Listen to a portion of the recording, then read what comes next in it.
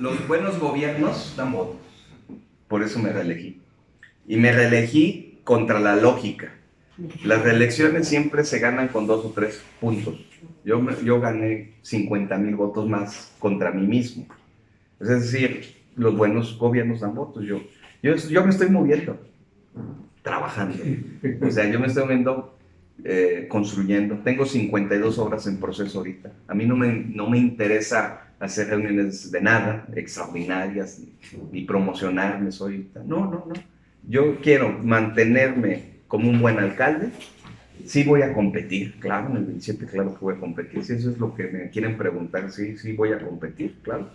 Voy a ser un buen alcalde. Yo creo que estas politizaciones son porque me ven fuerte, porque están tratando de frenarme y de castigarme socialmente. Los impuestos son malos. ¿Cómo se te ocurre la brillante idea de aumentar el parquímetro? Bueno, si quieren, no, pero yo estoy trabajando y trabajo en la ciudad. Ustedes me han visto casi 2 o 3 obras por semana, o arranco o entrego. Y no he parado desde hace 2 años haciendo eso.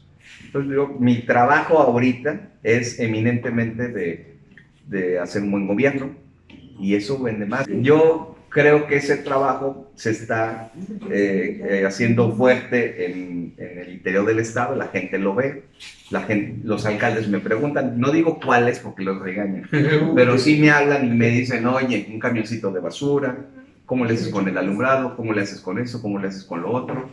Y bueno, eso funciona muy bien. La gente quiere ver a su alcalde en su colonia, aunque sea barriendo. La gente quiere verte ahí, y he ido a muchos lugares donde nunca ha habido un alcalde. De hecho, casi todo el mundo me lo dice. Aquí no ha habido ni un alcalde nunca. El Interapas es el organismo intermunicipal que abastece agua a 3 municipios. Que el agua no hay un lugar de donde traerla, no hay un lugar de donde fabricarla, se tiene que extraer del subsuelo o almacenar. Y hay 2 indicadores que miden el agua, que es la capacidad de distribución de agua, y 2, la capacidad de cobrar el agua. Son como los 2 grandes indicadores. Tengo agua, cobro agua. ¿Por qué se cobra el agua? Porque el agua en sí es gratis. Lo que se cobra es cómo la llevo a tu casa, cuánto cuesta extraerla, y luego ya que la extraigo, cuánto cuesta potabilizarla, y luego potabilizada, cómo la hago para llevarlo al último rincón del municipio. Eso es lo que cuesta del agua.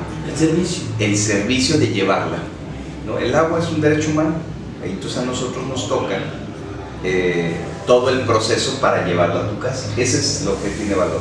Y luego, cuando no hay agua, entras en un proceso de crisis normal, porque el agua que tienes, el volumen, lo tienes que distribuir en todos tus habitantes. En este caso, en los 3 municipios, porque soy el presidente de la Junta de Gobierno. Si llegamos a un Interapas quebrado, ya lo tomé quebrado, ya financieramente estaba quebrado, es decir, de cada 10 cuentas de Interapas, 5 no se pagan, y entonces tú les das agua a los 10, aunque no te paguen 5, porque es un derecho humano. Y luego hay otro fragmento de población que son las cuentas comerciales, que ahí ya no es un derecho humano el agua, porque si tú tienes un restaurante, tú repercutes el precio del agua en tu servicio. Y luego viene otra franja que son los industriales. Los industriales también ya no es un derecho humano. Hay procesos industriales que el 60% del proceso es agua. Por ejemplo, las acereras consumen mucha agua, etc. Y entonces tú te tienes que concentrar en las cuentas populares, sociales, y ahí debes fincarte un poco en tus primeras metas, porque ahí el agua tiene un sentido. Entonces primero llegamos con una crisis financiera, y luego por escrito la Comisión Nacional del Agua nos dijo: en agosto del 23 te vas a quedar sin agua, cosa que se cumplió. La ventaja de esto es que desde eso lo supimos en febrero, abordamos con mucha responsabilidad la crisis.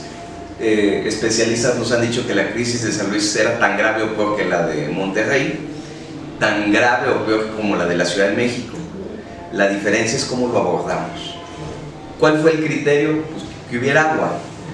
Es decir, podía haber muchos criterios. Dame agua, por ejemplo en el Estado de México hay crisis, pero no te dan agua si no tienes pagado el recibo. Y te dan 400 litros por casa. Aquí estábamos dando 1200 litros. No importaba si pagabas o no el recibo, lo que había que darle era agua. Y eso mantuvo a la gente tranquila. Cuando no está estable el tema, deriva en una crisis social, incluso con violencia, o una crisis política, que puede terminar también en violencia. Yo creo que la crisis la superamos tal. ¿Cómo se encuentra ahorita? Bueno, pues ahorita hay agua, llovió, el realito sigue inestable, o sea, una semana funciona, otra no. Cuando no funciona se afecta el 35% de la ciudad, unos 180,000 habitantes. Están funcionando todos los pozos de la ciudad, que son ahora son 154 pozos, había menos, había 148. Todos funcionan y perforamos 6 pozos nuevos y pusimos en funcionamiento otros 6 que estaban abandonados, porque cuando entra el realito se desocupan, parece que no se van a volver a necesitar, y se abandonan. Entonces los rescatamos y se regeneran 12 pozos nuevos, etcétera, etcétera. Pero prevalece la crisis financiera. Todo lo que funciona en Interapas, tapar una fuga, llevar agua, clorarla, potabilizarla, tratarla, que ese es un concepto que casi nadie aborda. Es decir, ya usé el agua, la desecho sucia, y aún sucia debe tener un procesamiento. Yo le explico a la gente, cuando revises tu recibo, tiene 3 conceptos que pagas, no solo el agua. Pagas el agua, el tratamiento, y la cloración, la potabilización. Son los 3 conceptos que tú pagas en tu recibo, porque el agua que desechas también es un problema. Dime a dónde se va los litros por segundo agua. Pueden ser hasta 1 metro cúbico por segundo de desecho de agua, que es una gran cantidad de agua. Y esa agua en otros países y en otros lugares se reutiliza para el campo, se reutiliza para procesos industriales, se reutiliza para procesos no potables como regar, lavar, algunas cosas, y hay ciudades en donde se reutiliza potable. No estamos en ese nivel todavía. Entonces, el estatus actual es tema financiero. Aunque hay agua y están las presas y está todo, hay un tema financiero. La gente se quedó un poco mal acostumbrada a no pagar el recibo. El agua y el Interapas no reciben subsidio federal, no reciben subsidio estatal y no reciben subsidio municipal. O sea, el organismo depende estrictamente del recibo, no hay otra fuente de ingreso.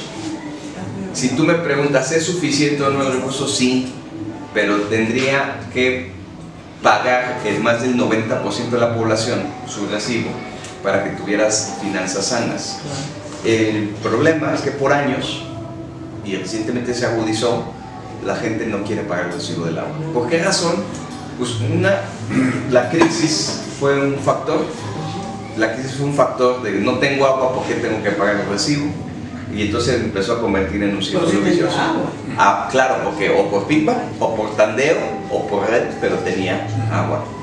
Pero también había voces donde se politizó el tema del agua, y la politización en materia de agua y de seguridad pública pues pueden matar pues una administración completa, ¿no? Yo traté de no politizar, sino de conseguir recursos para que lo financiero no agudizara la crisis del agua, y yo creo que lo logramos. Yo siempre agradezco esto porque teníamos un recurso adicional en materia de obra pública, y el Consejo de Desarrollo Social Municipal autorizó los primeros 122 millones de pesos para el agua desde el municipio, y no era para transferírselos al Interapas, era para que nosotros, por primera vez el gobierno municipal, administrara agua. Hicimos una dirección del agua, le dotamos de presupuesto, el gobierno municipal perforó 3 de los 6 pozos, y tenemos una cuadrilla de pipas para atender a la población. Pero fue ese recurso, si no el Interapas no hubiera podido salir adelante. ¿Qué futuro tiene el Interapas? Pues yo creo que tiene 2025, debe ser el gran reto financiero. Va a haber agua, es decir, el Realito está lleno, San José está al 95%, el Potosino, el peaje, todos los pozos funcionando, la capacidad de filtros aumentó, pero obviamente todo requiere dinero, los combustibles, la reparación, el mantenimiento de los pozos. Hay 2 o 3 rubros muy caros en el proceso del agua. Uno es el de la luz. Es más cara la luz que el agua. Y entonces nosotros pagamos el recibo de la luz de todos los pozos, de la planta de los filtros, y es uno de los recibos más caros. Yo creo que puede llegar a ser entre 20 y 25 millones de pesos mensuales que pagamos de luz. Y otro es lo que pagamos de derechos de agua, es decir, nosotros tenemos autorización de explotar el acuífero, pero tenemos que pagar a la Comisión Nacional del Agua y también es una cantidad muy fuerte. Y luego también pagamos el Realito, o sea, pagamos 2 conceptos del Realito, su construcción y el agua que nos manda, cuando nos manda, ¿verdad? O sea, y cuando nos manda completo, 400 litros por segundo, y el pago del derecho de construcción, estás hablando de 15 millones mensuales. Entonces, bueno, más una nómina de 1,100 trabajadores, más muchísimas actividades, por eso es que hay una crisis financiera del Realito. Yo creo y considero que el tema ya lo hubiera arreglado si no fuera por la crisis. O sea, la crisis cambió el escenario y me pongo en el papel de los alcaldes que sufrieron la pandemia. Ellos tenían un plan de trabajo, llega la pandemia, les cambia el escenario financiero, de prioridad social y se les acabó la administración. A mí me pasa igual en el agua, es decir, si no hubiera tenido crisis, si hubiera habido agua, hubiéramos podido resolver el Interapas, yo estoy seguro que sin problema. Que ese es el reto de estos 3 años, porque el modelo es financiero, el modelo es administrativo. O sea, el error ahorita, el problema es que no habíamos tenido estabilidad en materia de abasto de agua para poder dar el siguiente paso, que es financiero y administrativo. Yo creo que hoy estamos en esas condiciones. Acabo de estar en Saltillo. Saltillo es una ciudad muy parecida a San Luis, es una ciudad de 1 millón de habitantes, es desierto, con un clima extremo como el de San Luis. Tiene 90 pozos, nosotros tenemos 152 y no tiene ninguna presa y no tiene ningún problema de agua. Es decir, su modelo de administración es muy exitoso, muy exitoso. Y entonces ahí demuestran ellos que no es un tema de líquido, sino de liquidez. El plan está trazado y yo espero tener buena fortuna. Primero hay que actualizar la tarifa del agua, y eso es bien importante. O sea, una cosa es que paguen o que no paguen, y la otra es el costo. Si tú el costo de producción de 1 litro de agua vale 10 pesos, pero lo cobras a 4 pesos, pues traes un déficit permanente. Eso es lo que le ha pasado a San Luis. O sea, ¿cuánto cuesta sacar el agua y llevarla a tu casa? 5 pesos. ¿Y cuánto vale el agua? Sacar el agua de donde esté, de la presa, del subsuelo, o traerla al Realito, que tiene precios diferentes, costos diferentes, el estándar es como 6 pesos. ¿Sabes cuánto vale el litro de agua de, digamos, Interapas? Litro de agua Interapas, 10 centavos. Pues eso es a lo que lo cobramos. Eso es lo que dice la ley de tarifas del agua. Nada.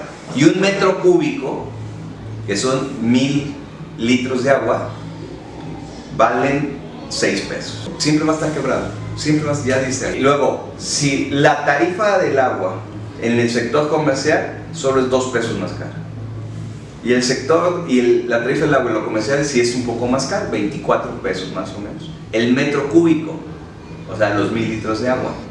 Si todo eso lo traduces a litro y lo comparas con una botella de agua que compras de 1,5 litros, que vale 18 pesos más o menos, 1,5 litros envasada. Y 1 litro en tu casa, 10 centavos. Entonces, claro, siempre vas atrás, siempre, es muy complejo. Yo acabo de proponer al Congreso la nueva tarifa del agua, que hubo otra vez ahí efervescencia, a nadie le gusta, pues no.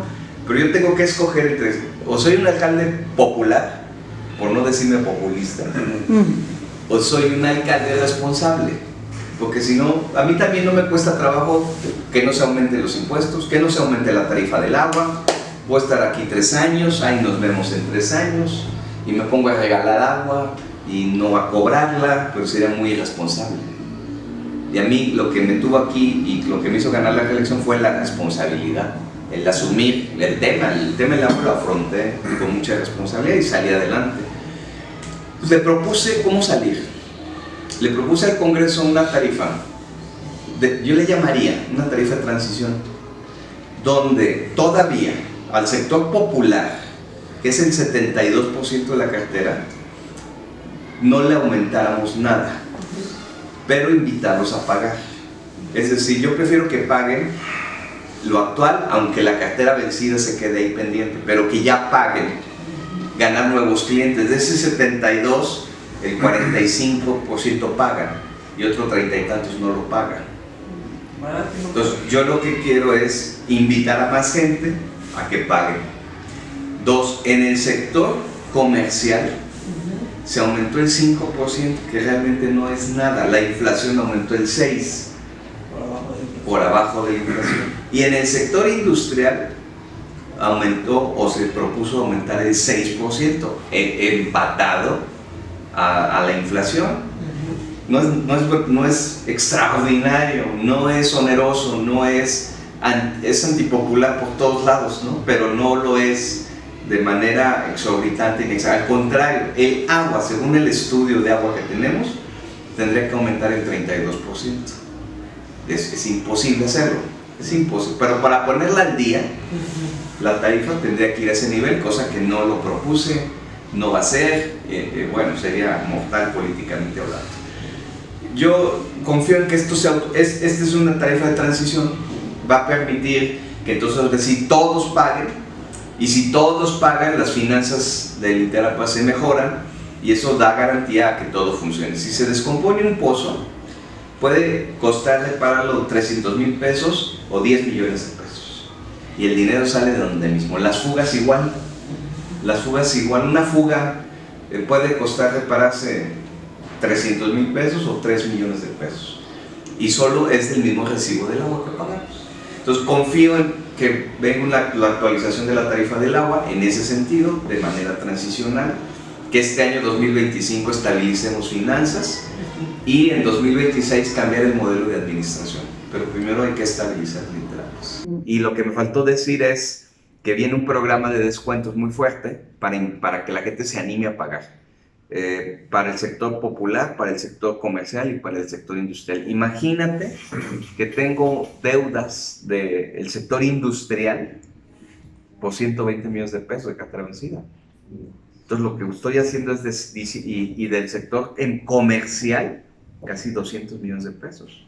Ellos no deberían de deber el agua. No deberían de deber el agua. Tenemos hoteles, restaurantes, escuelas, hospitales que no pagan el agua. Tenemos hoteles, escuelas, restaurantes con tomas de agua clandestinas.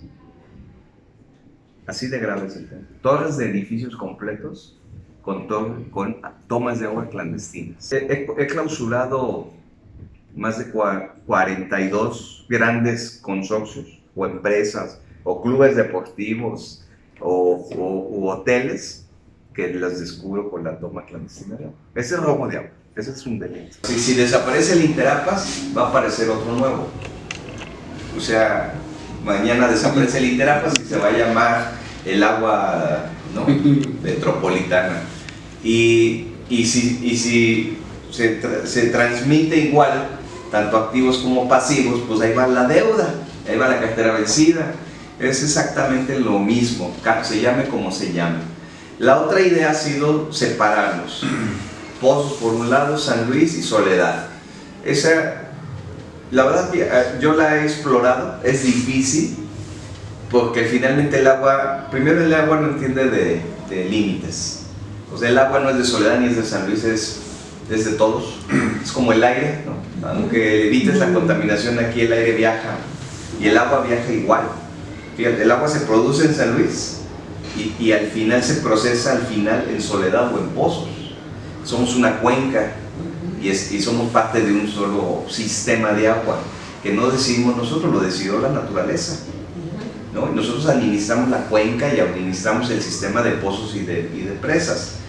Si nos separamos, tendremos que ser muy cuidadosos de cómo repartimos. Yo digo que es como un juicio de divorcio y una herencia al mismo tiempo. Son los juicios más complejos en materia civil. Bueno, aquí es igual quién se queda con los cielos, quién se queda con los pozos, quién se queda con las presas. Están de este lado, pero la planta de tratamiento está de aquel lado, ¿no? Es muy complejo. Pero sin embargo, si a mí en un momento al Congreso me dice sepárese, yo sí estoy listo. Es decir, yo hice una dirección del agua con una estructura que tiene más de un año que se hizo, tiene presupuesto, tiene asignaciones presupuestales. De ahí administramos comités de agua. Hay 21 comités de agua que son comunidades que no están adheridas a Interaguas y que tienen su propio pozo y administran su pozo. Ahí cayó Aguas del Poniente. No se administra en Interaguas, se administra aquí Aguas del Poniente.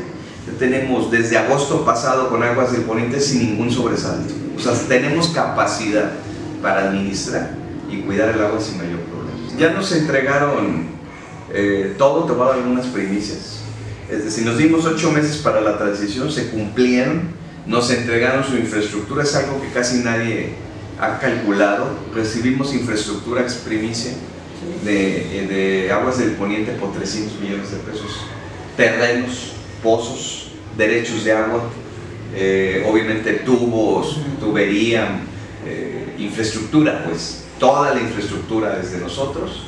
Entonces cuando se hace la cuenta de cuánto me debes, si te debo, sí todavía nos deben recursos, sin duda, pero lo más fuerte, más allá de los recursos, de la infraestructura que recuperamos para la ciudad. O sea, hasta terrenos, donde están los pozos son terrenos que ahora ya son de nosotros.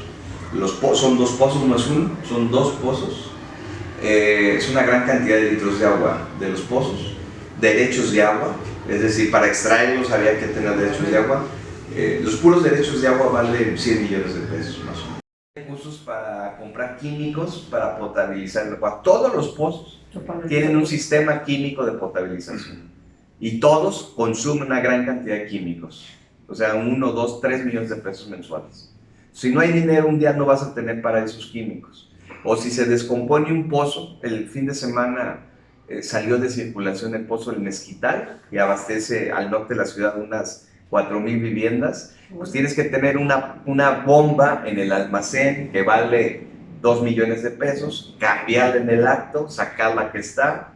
Esa operación cuesta 3, 4 millones de pesos, la bomba llevarla a mantenimiento, arreglar y tenerla en reserva. O sea, si no tienes ese flujo, hay una crisis. La otra, pues el sostener una nómina de 1,100 gentes, que sí se justifica, no está inflada, está más o menos bien. Hay un parámetro de habitantes por gente trabajadora del agua, y entonces estamos muy bien en el parámetro. Pero al final es una nómina muy grande, es una nómina del tamaño de la policía municipal, por ejemplo. Así tan claro, yo creo que es mejor separarnos. Es mejor separarnos porque aunque va a costar trabajo, ¿no? Son decisiones que tenemos que tomar, sobre todo la alcalde de Soledad y Tucero, que las hemos platicado ya. Sí, y los dos estamos en la línea de vamos a separar. ¿Está bien? Yo no sé qué tan preparado esté, yo no lo sé. Yo sí sé cómo estoy yo. Eso me queda claro que si mañana se da la instrucción, pues yo estoy listo, tengo una estructura, tengo un presupuesto. A ver, imagínate lo complejo que es, y ya entraremos a apoyos, que hay que preparar cómo cobra el recibo del agua. Pues tienes que abrir un rubro en la ley de ingresos que se llame metros cúbicos de agua, más el tratamiento, más la descarga. Pues tienes que prepararte orgánica y administrativamente para eso. Bueno, yo estoy listo desde hace un año, porque desde hace más de 2 años la anterior alcaldesa ya había dicho que se quería desincorporar. Entonces yo dije, bueno, es un anuncio, a lo mejor están trabajando en el anuncio, y yo, en lugar de responder, me puse a trabajar. La utopía es mental, déjate digo por qué. Primero, soy ahora presidente de Ciudades Sustentables de México. Entonces estoy doblemente obligado. Esta semana me nombraron presidente de ICLEI, que es las ciudades por la sustentabilidad.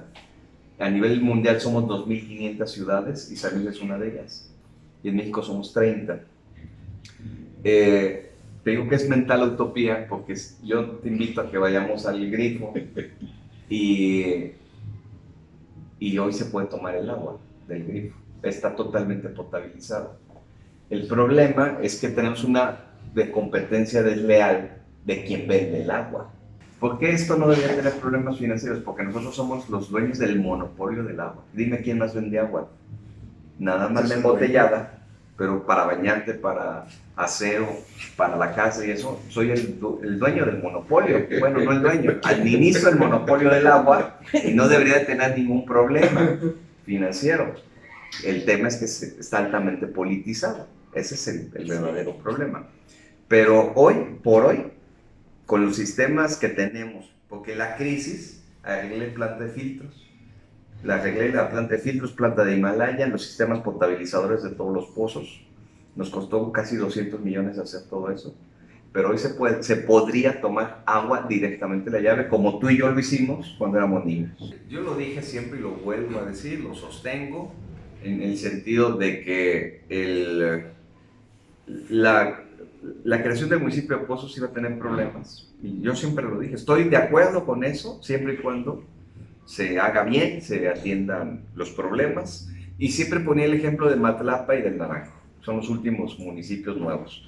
Se tardaron 10 años en hacerse, no 10 meses ni 10 días. Este se hizo muy rápido, ¿está bien? Yo siempre lo advertí, todo mi apoyo a la construcción del municipio, siempre y cuando se haga en el marco de la ley y en el marco de una buena planeación. Y bueno, ahí están las consecuencias. Yo siempre lo advertí, la basura es un problema, pero hay otros grandes problemas. Uno que ayudamos a resolver fue el del agua. El primer convenio que se hizo fue de agua, y ese yo se los propuse, si no hubiéramos tenido que cortar el agua. El de alumbrado público fue igual, el de alumbrado público aguantamos de julio a octubre, todo, ya. Y es que el decreto, lo digo con mucho respeto para el Congreso, pero tenía una gran cantidad de errores, es más, los tiene porque no se los modificaron. Fue la voluntad política mía la que dije, órale, ya si lo quieren, así denle. Pero del día 1, 22 de julio, crean el municipio y ese día nació el municipio, no nació el 1 de octubre. Y entonces se los comparto como lo acabo de hacer en una conferencia de prensa. ¿Tú estás de acuerdo que tus impuestos que le pagas a esta ciudad por el alumbrado, por la luz, por la basura y por la seguridad, estás de acuerdo que le mande un porcentaje al municipio de al lado? Primero, no lo puedo hacer por un tema legal, porque el dinero que tú depositas aquí en impuestos es para aquí. Yo no puedo tomar una decisión de que ese dinero se vaya a otro lado, se llame como se llame el municipio, ¿no? Gilitla si quieres, no, yo no puedo hacer eso, no puedo. Y dos, tampoco estoy legitimado, porque tú pagas por tus servicios de aquí, no pagas por los de allá, ¿no? O sea, es legal y es un asunto de ética también. Entonces yo digo, ¿por qué me culpan de por lo que ustedes lo pidieron? Pues denle, ¿verdad? Ustedes así lo pensaron, así lo ejecutaron, y me refiero a la gente de Pozos ahora, los que están gobernando, y al Congreso, así lo decidieron, denle. Yo ya que, ¿por qué no le hacen el mismo reclamo a Villa de Reyes, por ejemplo? ¿No? O a Santa María. El decreto dice la deuda, es una deuda de largo plazo, y con el dinero que se recibió hace años, no es una deuda mía, es una deuda que viene de hace unos trienios, se hicieron obras para Pozos, por eso es que cae en Pozos, es decir, llévate los activos, ¿verdad? Los inmuebles y los muebles, pero también llévate los pasivos. Eso no lo dije yo, lo dice el Congreso. O sea, a mí me meten en la lanza porque les gusta culparme de todo, ¿verdad? Y luego lo aclaro y no aparece la aclaración, ¿verdad? Pero el decreto dice que los activos y los pasivos son de ellos, y la parte proporcional del pasivo de esa deuda son los 52 millones de pesos, pues que ellos ya les tendrán que entenderse con el banco, ya no conmigo. Yo puedo decir que no los paguen, yo pues, gracias, pero ya no es conmigo el problema. Hay un polígono original de cuando Pozos era municipio, hace en los 60 o en los 40, no me acuerdo cuándo, y nosotros promovimos que se quedara igual, ¿no? Sin embargo, después hubo otro ejercicio donde el polígono abarcaba la pila y la zona industrial. Nosotros dijimos, no, a ver, incluso llegamos a un acuerdo, que solo sea el centro histórico para que sea manejable administrativamente. Entonces, no, el polígono se corrió hacia Prados de San Vicente, La Florida, Los Gómez. Antes había duda de quiénes eran los Gómez, o parte de La Florida. Y ahora ya no hay duda, ahora es de Pozos, o San Miguel, o Los Jasso. Todo eso ahora es de Pozos, ¿no? La pila y la zona industrial es de nosotros. Eso sí, toda la industria, alguien por ahí hace poco comentó, es que la zona industrial se quedó en Pozos, no es cierto. La zona industrial está en la pila y es parte de nosotros todavía. No hay prácticamente ninguna empresa. Muchos servicios son centralizados. Es decir, Pozos no tenía policía, era la policía de San Luis que iba a la delegación de Pozos, eso se sabe. Como ahorita la policía de San Luis atiende a Bocas, Escalerillas, La Pila, Peñasco y otras 207 comunidades rurales. Pero se hace centralizado, o sea, no había un cuerpo de policía de la delegación de Pozos, no, era la policía municipal cubriendo Pozos, cubriendo La Pila. Entonces, cuando se municipaliza, yo agarro mis cosas y me las traigo. Pero mira, eso se sabía, y ellos lo sabían, el Congreso lo sabía.